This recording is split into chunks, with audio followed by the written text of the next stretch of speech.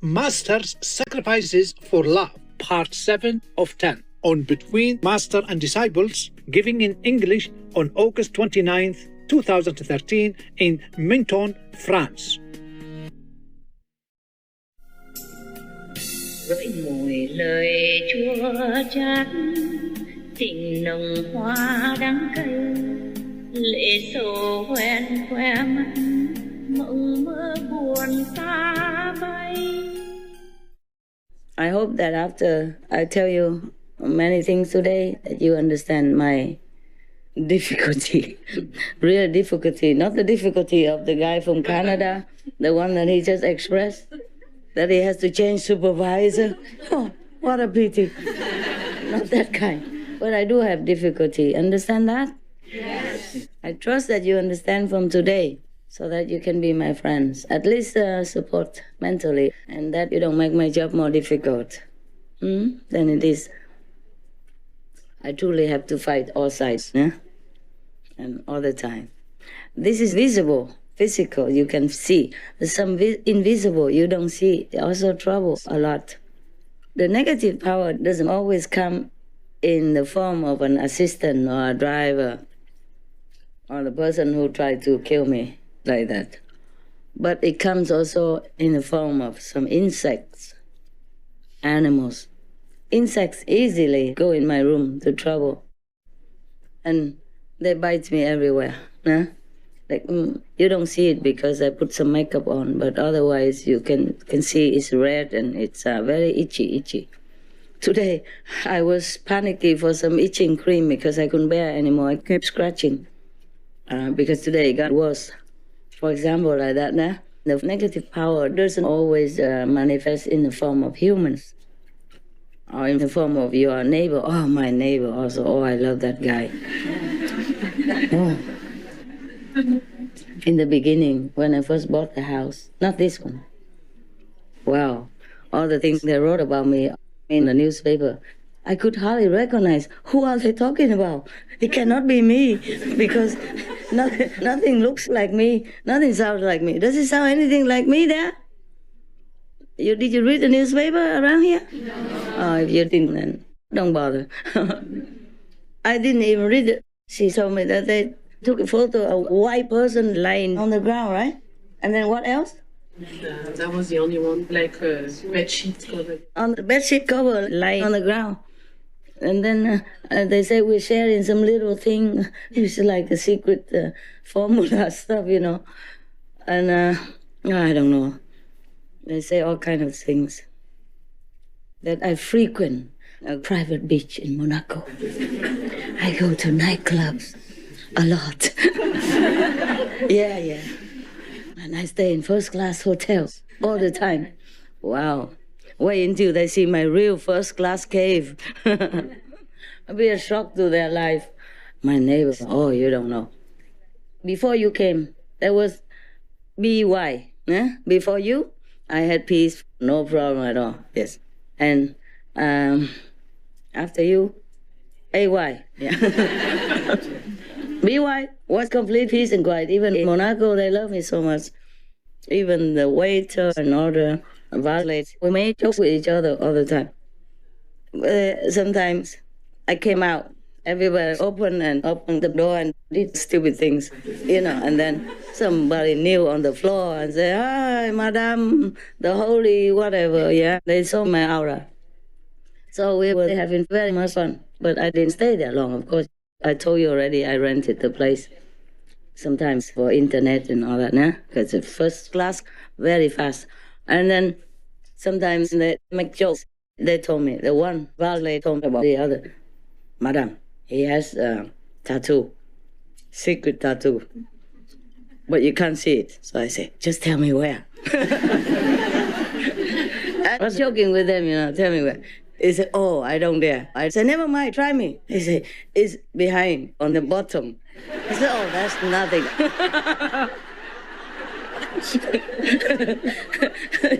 And then they were teasing each other. I say, "Put the shirt up so she can see."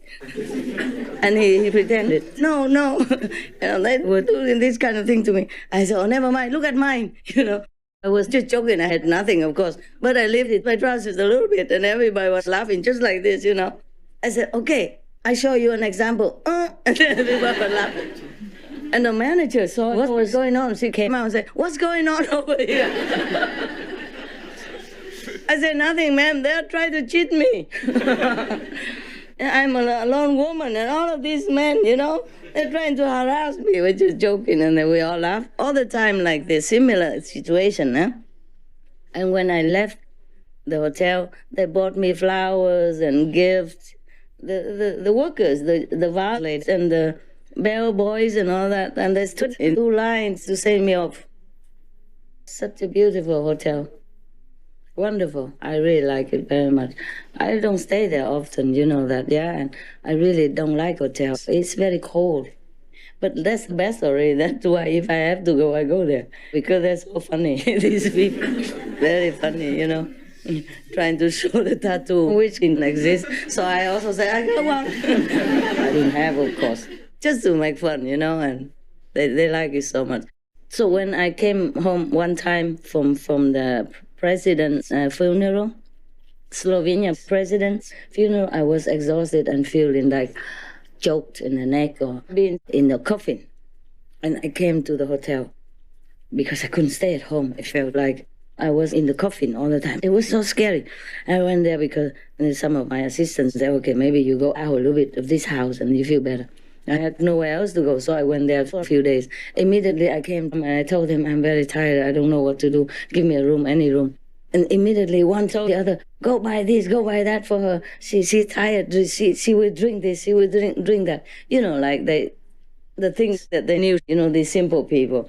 I say, go buy Vertwijn, you know, like one of those, like calming tea. Yeah, so touching. That's all they knew. Well, oh, go buy this for her. Make it now. They told each other to do it. They were not even waiters. I was just a bellboy who brought my luggage. But when they saw me slump on the sofa, they said, go by Vertwijn. And tell somebody to come massage her. So I said, no, thank you, no. Vertwijn, okay, massage, no. They had handsome boy with 6 packs.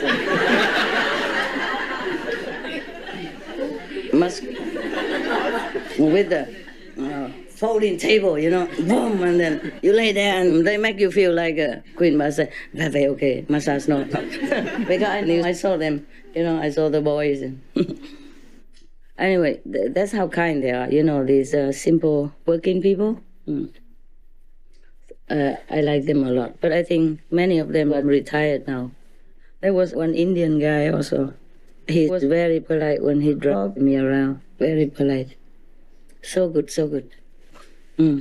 Why do I tell you these things? Before you, after you. Ah, yeah, before you. Yeah, so BY was like that, okay? Neighbor was also very polite, very nice, very friendly.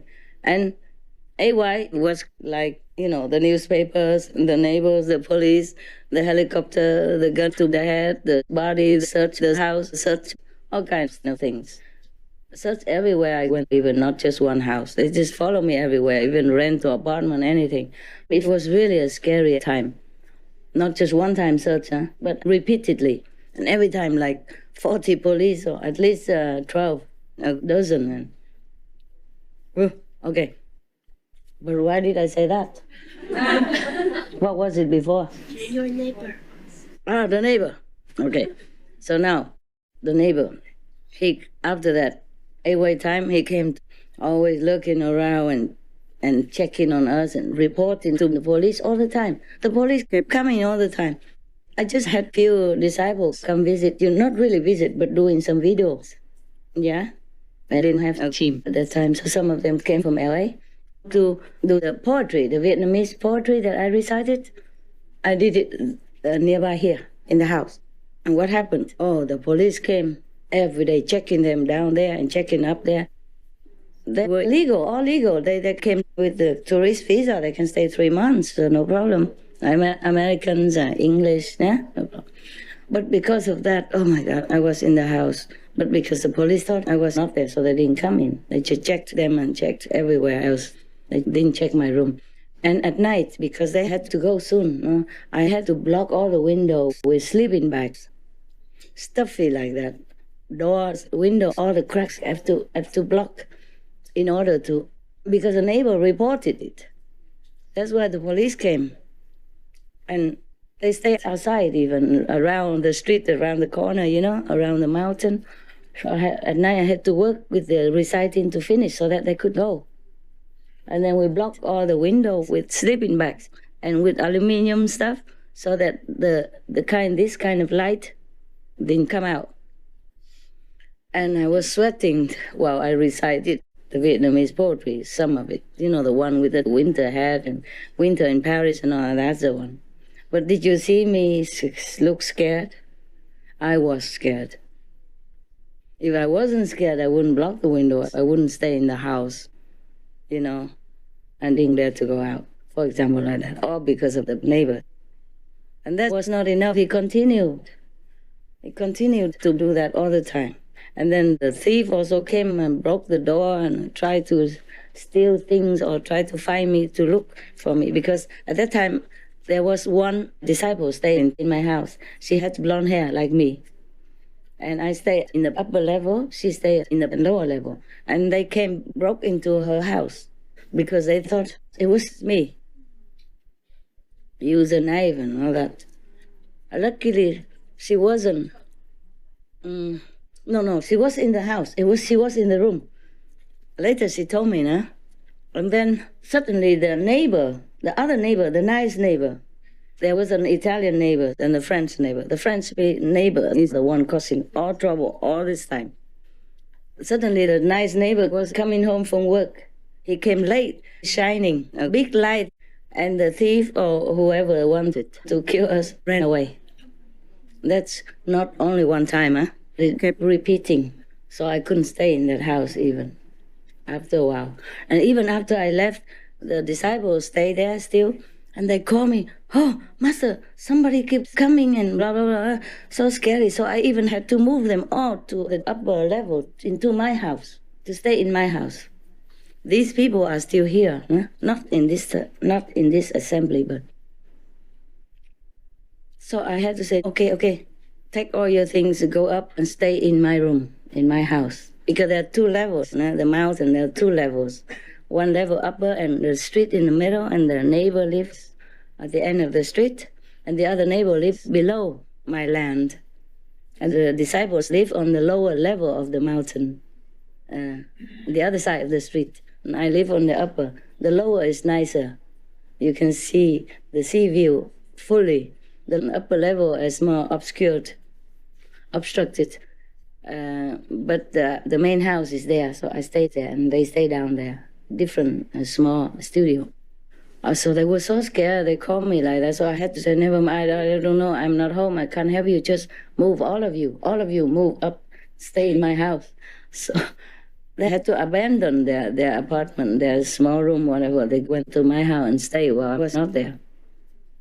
That's as if not enough.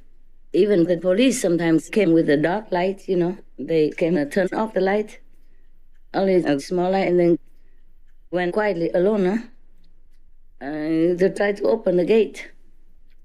And I don't know who sometimes broke the gate and sometimes broke the door. And then sometimes burned my garden, wanted to film me out. All kinds of things happened, not just the neighbors. And as if not enough, he called the police all the time. I think the police must have been fed up with him because that mountain's very high. Some small police cars cannot come in. They had to walk up. They must have been cursing him. And later maybe he had reported for a lot more times and they didn't come. There was nothing there, what to do. You keep walking up the mountain, you sweat like hell. Excuse my French. So I don't know if police came or not. Maybe police didn't come anymore. They were tired to climb in the mountain, That mountain, if you have a normal car, you can't climb up. You have to have almost like four-wheel drive stuff, very strong power. Otherwise, it doesn't climb up because it's very stiff and very sharp curves. Stiff and sharp. And not one, So maybe the police were fed up. They didn't come to check out anymore. After many times, they were scared. They were also scared. to climb the mountain. Sometimes they stay all night in front of my house. Scare everybody, and all my attendants were so scared. We couldn't even communicate by telephone because we worried that they hear us. And then we couldn't take the dogs out because they stay right in front of the house where the street is. That's a private street. I have to take the dogs out. So we had to stay there, and all the dogs had to hold it all night. Xin cho nhau chiều mến, xin cho nhau bình an, cho nhau cõi thiên đàng, cho nhau cõi thiên đàng, cho nhau cõi thiên đàng.